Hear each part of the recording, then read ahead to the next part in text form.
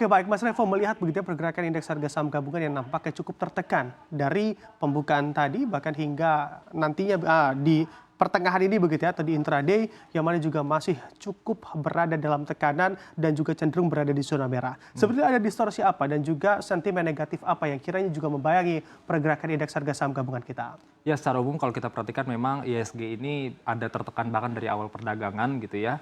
Mungkin mendekati -1%, kemudian saat ini itu di 7.511 atau minus 0,57%. Kalau kita cermati kenapa hal tersebut terjadi, tidak bukan adalah karena memang kita perhatikan di daerah gedung DPR, ini saatnya lagi memang ada aksi gitu ya, aksi demo, ada mahasiswa dan sebagainya, ini yang membuat juga ada kekhawatiran tersendiri dari investor atau pelaku pasar, terkhusus mungkin baik itu dari sisi foreign investor ataupun domestic investor. Jadi memang investor ini kalau ada sesuatu reaksi-reaksi yang cukup luar biasa, bombastis seperti itu dan sebagainya, sehingga memang mereka akan cenderung untuk mengamankan dana terlebih dahulu. Di tengah kalau kita perhatikan memang kan mungkin beberapa pekan terakhir ini kita cermati ISG juga membentuk all time high ATH, membentuk rekor baru.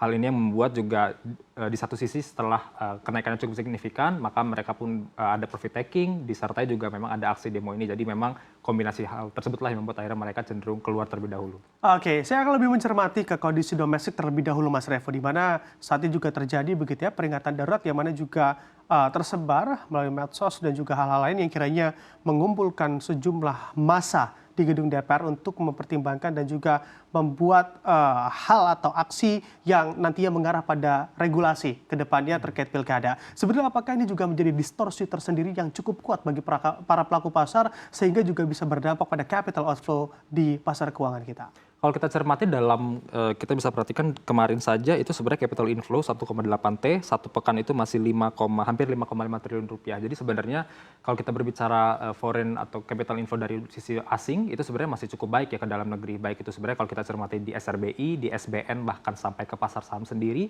sebenarnya kita masih memperhatikan ada net foreign inflow gitu ya. Tapi kalau memang ada kondisi-kondisi kayak gini, memang ada probabilitas terjadinya outflow terlebih dahulu. Tapi kalau kita cermati nanti mungkin ke depannya kita lihat apakah ini akan berkepanjangan atau tidak gitu ya.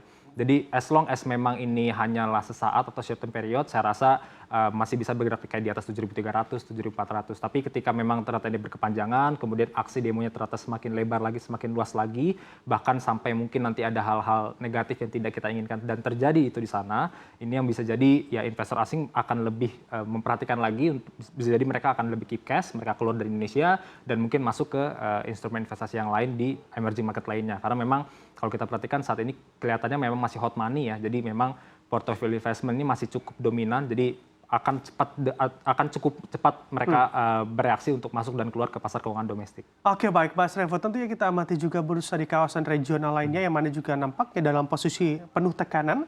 Apakah hal ini juga bisa dibayangkan pula untuk pergerakan indeks harga saham gabungan, bahkan untuk melanjutkan di pekan ini agaknya lebih akan sering untuk berada di zona pelemahannya? Ya memang kan perdagangan sisa setengah hari ini dan juga besok ya, di hari Jumat. Jadi kalau kita cermati, biasanya pun kalau kita biasa di orang market kita mengatakan hari Jumat itu adalah profit taking day gitu ya, secara daily. Jadi memang ada probabilitas besok juga kembali melanjutkan pelemahannya. Mungkin nanti kita perhatikan besok mungkin bergerak di bawah angka 7.500 dari ISG itu sendiri. Tapi secara umum kalau kita cermati sentimen-sentimen yang positif sebelumnya pun kita perhatikan dari sisi kayak contoh the Fed ya di eksternal itu ada probabilitas memangkas suku bunga, mungkin akan terjadi soft landing bukan yang recession besar atau hard landing. Hal ini yang membuat ini lebih ke arah short term terlebih dahulu ya kalau kita cermati.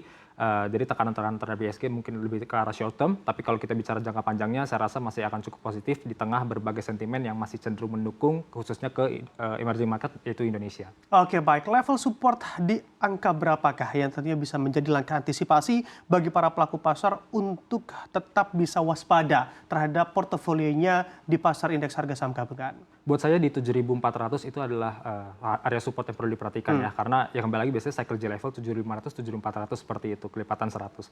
Tapi karena kita perhatikan hari ini di 7.511, jadi kita bisa assume di 7.400 area support level. Karena memang juga kita seperti sebenarnya 7.350 sampai 7.400 itu area yang seringkali ada rejection di sana. Jadi kalau kita bicara sebelum-sebelumnya, ketika IHSG itu bergerak di bawah 7.300-an, kemudian menyentuh angka 7.350, itu biasanya memang ada rejection turun lagi dan sebagainya. Jadi memang area kira-kira 7.350 sampai 7.400 ini menjadi area yang cukup kritikal atau krusial bagi ISG untuk bisa stay tetap above dari angka tersebut.